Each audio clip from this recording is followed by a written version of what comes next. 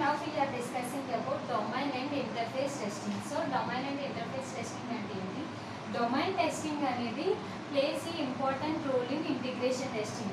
So domain testing అనేది ఎక్కడ play చేస్తుంది? ఇంటిగ్రేషన్ టెస్టింగ్లో ఒక ఇంపార్టెంట్ రోల్ని ప్లే చేస్తుంది. ఇంటిగ్రేషన్ టెస్టింగ్ అంటే ఏంటి? ఆల్ మాడ్యూల్స్ కంబైన్ చేస్తే.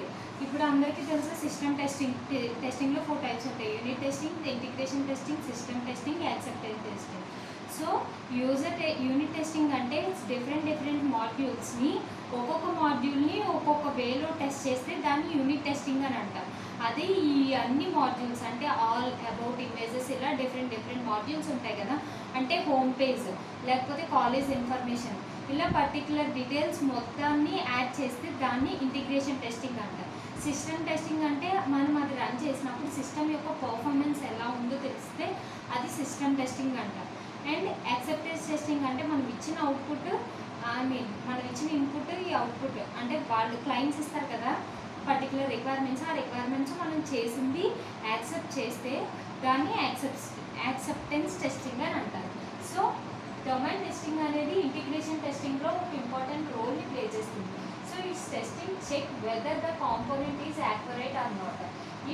ఈ టెక్నిక్ ఏం చేస్తుందంటే ద యాక్యురేట్ రిజల్ట్ అంటే ఆ పర్టికులర్ రిజల్ట్ అనేది ప్రాపర్గా యాక్యురేట్ ఆర్ నాట్ అంటే కరెక్ట్గా వస్తుందా లేదా అని చెప్పి whether the component is accurate or not అంటే కరెక్ట్గా వస్తుందా లేదా అని చెప్పి చెక్ చేసుకుంటుంది.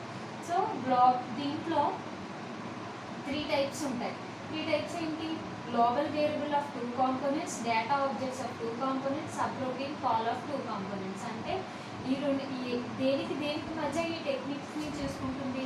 గ్లోబల్ వేరియబుల్ ఆఫ్ 2 కాంపోనెంట్స్ మధ్య అంటే ఈ రిజల్ట్స్ అనేది యాక్యురేట్గా ఉందా లేదా. సో డేటా ఆబ్జెక్ట్స్ మధ్య.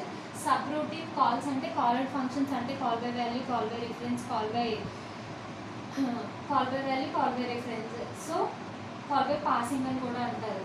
అలా ఈ వీటి మధ్య ఈ 2 కాంపోనెంట్స్ మధ్య ఇన్ఫర్మేషన్ అనేది ప్రాపర్గా ఉందా లేదా చెక్ చేసుకుంటుంది. This technique check whether the component is accurate or not. So this is called the domain testing. Next interface testing వచ్చేసరికి interface testing can be defined as the method of testing in which the call to the subroutines is made to detect the errors. ఈ interface testing ఏంటంటే మీరు పర్టికులర్గా ఒక only అంటే call by value, call by reference ఉంటాయి కదా, అవి call చేసినప్పుడు మీకు ఏదైనా ఎర్రర్ అనేది అక్కర్ అవుతుందా లేదా అని చెప్పి డిటెక్ట్ చేయడానికి ఈ ఇంటర్ఫేస్ టెస్టింగ్ని యూజ్ చేస్తాం. So call routines means call by value, call by reference like this ఫంక్షన్స్ని కాల్ చేస్తూ ఉంటాం కదా. అంటే ఫర్ ఎగ్జాంపుల్ ఇక్కడ మీరు ఏ అనే వేరియబుల్ ఇచ్చారు, కానీ దీని ఫంక్షన్ అనేది ఎక్కడ ఉంది, ఇది ఎలా వర్క్ అవుతుంది, దీని ప్రొసీజర్ అనేది ఎక్కడ ఉంటుంది, పైన లూప్లో ఉంటుంది. సో దీన్ని గ్లోబల్ వేరియబుల్ వేలో రాసుకుంటే కనుక లూప్ ఇక్కడ ఉంటే దీని ఫంక్షన్ ఇక్కడ ఉంటుంది. సో ఈ ఆటోమేటిక్గా ఇది కాల్ చేస్తే ఇది ఏమవుతుంది, డైరెక్ట్గా ఇక్కడికి వెళ్ళి మీకు అవుట్పుట్ని ప్రొవైడ్ చేస్తుంది కదా. ఇన్ ద సిమిలర్ వే ఇక్కడ కూడా మీకు ఇలాగే ఇన్ఫర్మేషన్ అనేది పాస్ అవుతుంది.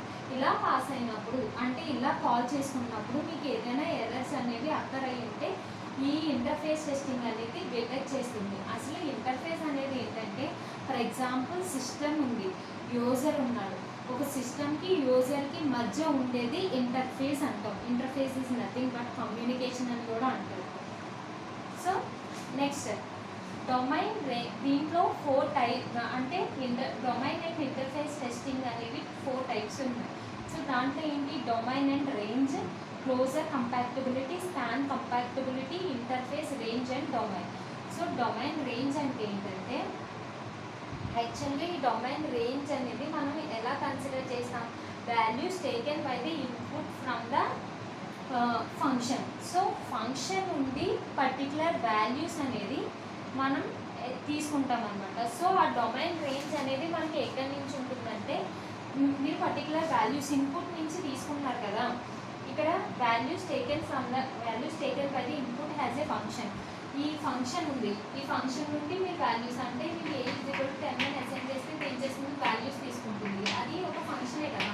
ఆ ఫంక్షన్ అనేది ఏం చేస్తుంది, ఫంక్షన్ మీరు ఇచ్చిన ఇన్పుట్ని యాక్సెప్ట్ చేస్తుంది. కానీ రేంజ్ ఏం చేస్తుంది, దానికి రివర్స్. మీరు ఇచ్చిన ఇన్పుట్కి అవుట్పుట్ని ప్రొవైడ్ చేస్తుంది. So input domain is opposite, range is opposite to the domain. దాంట్లోనేమో ఇన్పుట్ వాల్యూస్ తీసుకుంటుంది, దీంట్లోనేమో అవుట్పుట్ వాల్యూస్ తీసుకుంటుంది. సో ఈ more testing techniques mainly focus, ప్రతి టెస్టింగ్ టెక్నిక్లో కూడా మెయిన్గా దేని మీద ఫోకస్ చేస్తారు, ఓన్లీ ఇన్పుట్ వాల్యూస్ మీద ఫోకస్ చేస్తారు. కానీ ఇంటర్ఫేస్ ఏం చేస్తుంది, అవుట్పుట్ వాల్యూస్ మీద ఫోకస్ చేస్తుంది. The main focusing on the domain testing is only input values, but here interface testing is mainly focus on the output values. Next, interface testing is also check between the domain and range. Interface testing ఏం చేస్తుంది, డొమైన్కి రేంజ్కి మధ్య ఉన్న వాల్యూస్ని యాక్యురేట్గా ఉన్నాయా లేవా అని కూడా చెక్ చేసుకుంటుంది. Next closure compactability. అంటే ఈ క్లోజర్ కంపాక్టబిలిటీ అనేది మనకి ఎందుకు యూజ్ చేస్తాం, to determine the closure affinity. అంటే మనకి మీకు ఆల్రెడీ ప్రీవియస్ క్లాస్లో చెప్పాను క్లోజర్ బగ్ అనేది ఎలా వస్తుంది. సో మనం ఒక వేలో ఇస్తుంటే ఇది ఆటోమేటిక్గా అనదర్ వేలో కానీ పాస్ అయితే దాన్ని క్లోజర్ ఎఫినిటీ అంటాం. సో ఈ నెంబర్ లైన్స్ అనేవి దేనికి మధ్య ఉంటాయి, 1 to 18కి మధ్య, అంటే 1 to నెంబర్ ఇంటీజర్కి మధ్య ఉంటుంది. సో ఆ క్లోజర్ ఎఫినిటీలో మనకి 2 లైన్స్ ఉంటాయి, థిక్ లైన్ ఉంటుంది, థిన్ లైన్ ఉంటుంది. అండ్ ఈ థిక్ లైన్, థిన్ లైన్ అనేవి మనకి డిఫరెంట్ లైన్స్ కింద ఫామ్ అవుతాయి. ఆ different 2 lines can be represented in 4. ఆ 2 లైన్స్ కూడా 4 పాసిబుల్ వేస్లో పాస్ అవుతాయి. సో 4 పాసిబుల్ వేస్లో ఉన్నాయి. ఆ 4 పాసిబుల్ వేస్ ఏంటి అనేది చూస్తే, ఫస్ట్ వచ్చి thick line on top to bottom. Next thin line on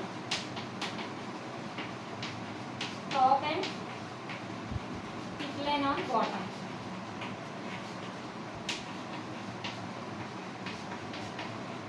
next thick line bottom, thick line top, thin bottom,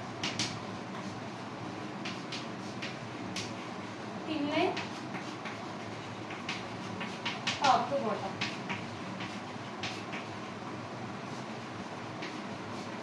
so ఈ థిక్ లైన్, థిన్ లైన్ కూడా మనకి 2 వేస్లో రిప్రజెంట్ అయ్యాయి. 2 వేస్లో రిప్రజెంట్ చేస్తే మనకి 4 పాసిబుల్ వేస్ వచ్చింది. Thick line on top to bottom, thin line on top and thick line on bottom, thick line on top and thin line on bottom, thick line top to bottom. So ఇది ఎలా initiate చేస్తామంటే, ఇక్కడ ఏం చేయాలి, first thick lines on top to bottom అన్నారు. ఈ shading అనేది ఇట్లా థిక్గా ఉంటే దీన్ని థిక్ లైన్స్ ఆన్ బాటమ్ అంటారు. అది ఇన్ కేస్ ఇక్కడేమో థిన్ లైన్ ఉంది అంటే లైట్గా ఉంది, ఇక్కడేమో డార్క్గా ఉంటే దాన్ని థిన్ లైన్ అని అంటారు. సో ఇక్కడ డార్క్గా ఉంటే బాటమ్. నెక్స్ట్ ఇక్కడైతే ఇక్కడ డార్క్ ఉంటుంది అంటే ఇక్కడ థిక్గా ఉంటుంది, ఇక్కడ థిన్గా ఉంటుంది, ఇక్కడైతే మొత్తం థిన్గానే ఉంటుంది. So these are the compactabilities of the compactability closure. So this is similar to the span compactability also. So span compactability కూడా దీనికి సిమిలర్గానే ఉంటుంది. Next interface range and domain compatibility. అంటే ఇది కూడా this is application of the domain testing only. So ఈ testing కూడా interface టెస్టింగ్కి చాలా ఇంపార్టెంట్. దేనికి మధ్య, కాలర్ ఫంక్షన్స్కి మధ్య ఉన్న యాక్యురేట్ వాల్యూస్ని ప్రొవైడ్ చేయడానికి interface range and domain compatibility తీసుకుంటుంది. దీని మెయిన్ రెస్పాన్సిబిలిటీ ఏంటంటే, it is responsibility of caller to provide the valid inputs to the called inputs.